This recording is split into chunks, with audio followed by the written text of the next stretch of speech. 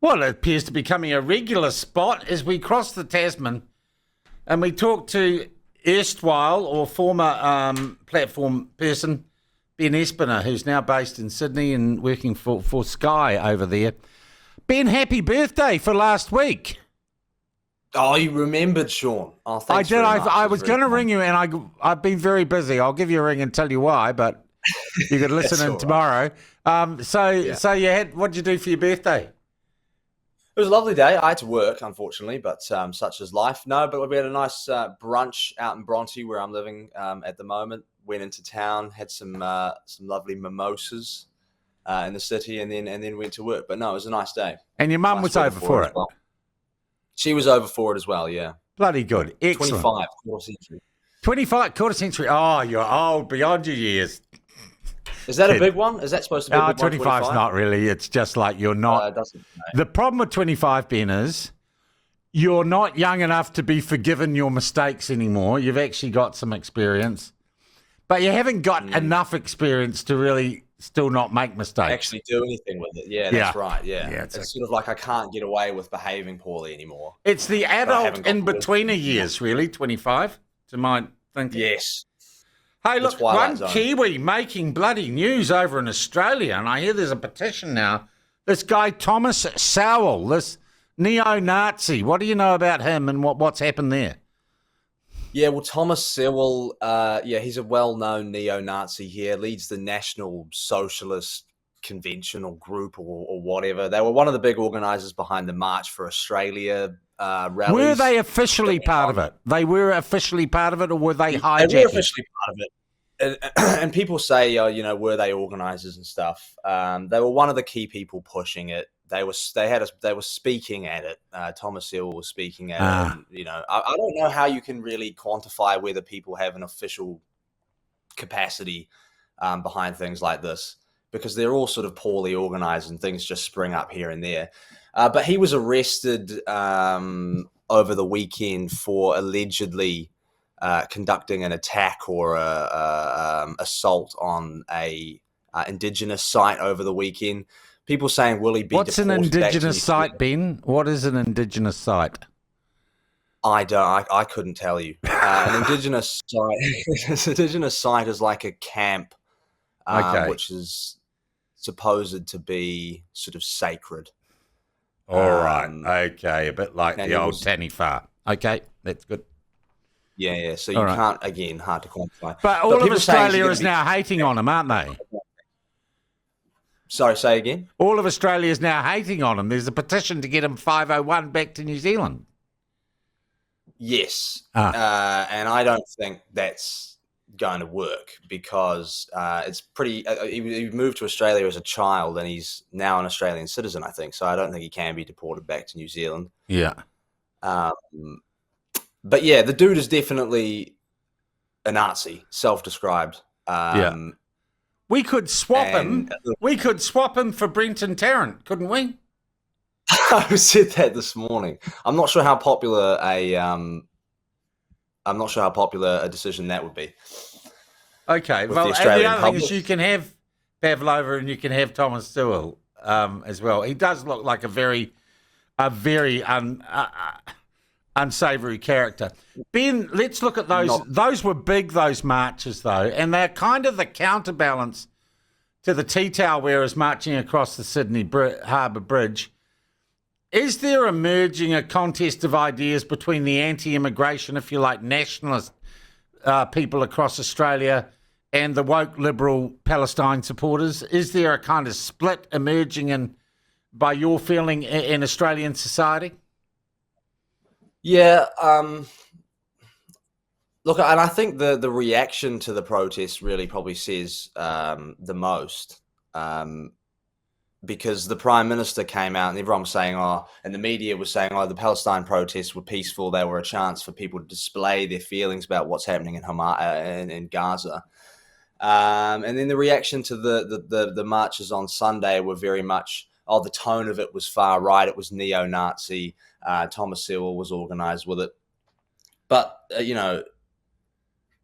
the message kind of gets hijacked with things like this, doesn't it? And I'd mention, too, the expulsion of the Iranian ambassador tells you that the Palestinian bloody issue, there's a lot going on underneath the surface, and there's no way that the Australian government kicked those diplomats out unless they were doing something bloody rotten.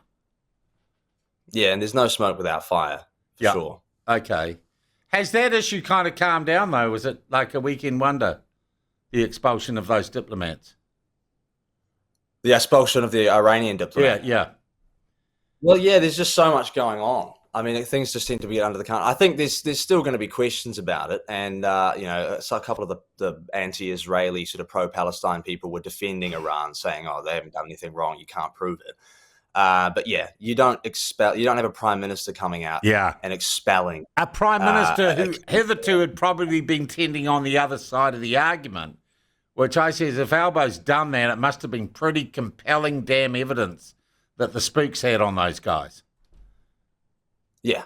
100%. There's just no way that you would, especially someone as don't rock the boatish as Anthony Albanese, to come out and say, ASIO's got evidence that the Iranian ambassador's been, conducting attacks on the Jewish community in Australia. You want to make sure you've got that right, don't you, before you come out and say that. So, I think there can be no doubt something was going on there. Look, the other appalling crime there, these police officers getting shot by this sovereign citizen nutter. Where is that at, Ben?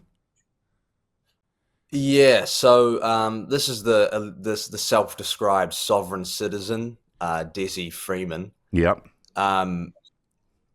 So basically, the Victoria Police have searched over 100 properties for this guy. He was last seen running towards some bushland, dense bushland behind his property in Victoria. There's still a major manhunt going on. They haven't found him. God. The police commissioner, Mike Bush, former New Zealand police commissioner, actually, Mike Bush, he'll be desperate to get the case wrapped up. He'll be fuming at this. But the fact is that this sort of thing kind of takes as long as it takes. They won't want any more casualties, especially to civilians. Yeah. They know that this man's dangerous. He's got weapons. Yeah. He's armed. They know that he has potential allies in the area that could be harboring him as well. Oh, God, it sounds like Deliverance. In the area. Yeah. And how many police officers killed? 2 or 1? 2 police officers killed while trying to search his home. Yeah. And 1 seriously injured. So he's pulled through. Yeah, that's right. Where is this? Is it like rural Victoria? It's rural Victoria. Yeah.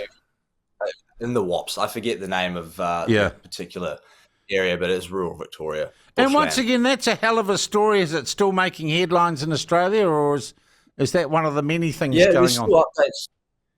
Well, it is. It's still making stories. I mean, it's the sort of thing that if it happened in New Zealand would just be dominating headlines for ever. Well, Tom Phillips, though, he's been on the run with the kids for 3 years now.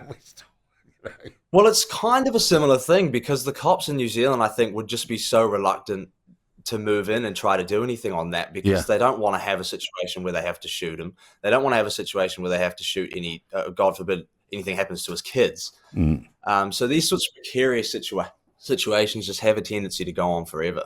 Yeah. But certainly, you'd hope that it gets wrapped up soon and he gets taken into custody. Yeah. Ben, we've been talking this morning about John Key and Helen Clark going to attend the military parade in Beijing for the 80th anniversary of victory in the war over fascism or imperialism in Japan. That's generated quite a lot of interest. We just found out from Winston that no New Zealand diplomats officially attended the military parade. Has that had any coverage in Aussie, and did anyone turn up from the Australian government? Yes, I think it has had an equal level of coverage. This whole thing is just so silly. I think it's very much. We didn't send anyone. Send would be a strong word. It's the same sort of thing as Helen Clark and John Key. You've got these former government officials who are attending in a sort of unofficial capacity. You might remember former Labor Victorian Premier Dan Andrews. Yeah. The bloke who presided over those ridiculously long lockdowns and kind of started what's turned out to be a bit of a death spiral in the state of Victoria. I think he just sort of fancied a junket to China when he got the invite. Here's a story for you. You could feed into your colleagues at Sky. We were talking to Winston today. I had him on an interview. I forgot to ask him about China. Bella went back to him, and his office noted it is 520 days since Bob Carr threatened to sue Winston Peters for defamation for calling him Beijing Bob. And he still hasn't seen anything from the lawyers. And I understand that Beijing Bob was, of course, up for the thing. So say Winston's had a crack at Beijing Bob over the... Beijing Bob. Well, so Bob was... I mean, Dan Andrews is the one who actually attended this parade, let's be clear. Bob Carr went to China. I think he kind of sort of tried to distance himself from it a bit when he saw the backlash. But Dan Andrews has been there smiling in photos. Next to he's got Kim Jong-un in front of him, Vladimir Putin to the right, the Iranian president. He's shaking hands with people and he's loving it. But I mean, these people, it's the same thing as Helen Clark. You just feel like saying to these people, come on, mate, it's getting a little bit silly. You're not attending in an official capacity. Yeah, and Helen, you are not important anymore. It's like you've got an X account and that's it, you know? Yeah. Yeah. But so there's no way that Dan Andrews needs to be sort of mingling and mixing with sort of anti-Western dictators in Beijing. Pointedly, though, the Australian ambassador, the ambassador to China from Australia was about as far away from Beijing as you can get on the actual event. He was giving a speech to business leaders 2,000 kilometers away. So that was the Albanese government's actual representative. And as I said, the Winston Peters, as Minister of Foreign Affairs, said no New Zealand embassy officials, no official from the New Zealand government attended the military parade in any official capacity, which was an interesting... And I struggle to see why you would. Oh, because it's victory over those terrible devils who tried to take over the world with the greatest Southeast Asian prosperity sphere, the Japanese. That's why. Ben, it's always... a free trip. Now, you're earning good money right now at Sky, a lot more than I used to pay you. Have you considered a Platform Gold membership? I have been... Listen, look. I've been listening to some of the advertisements, right? You've almost got me. I'm right there. Okay. I could consider it, yeah. It's but international too. I accept international payments. I'm getting a free ride at the moment, Sean. You still haven't booted me off the platform okay. account. So all right. So you won't be sending us a bill for this correspondence slot then. That's good. Ben, lovely to talk to you, mate. We'll do it again soon. Happy birthday. And thank you for the update from across the ditch. Always a pleasure, mate. Thanks, mate. Good to be on. Cheers. That is our Australia. I think we can call him our Australian correspondent now, Ben Espiner.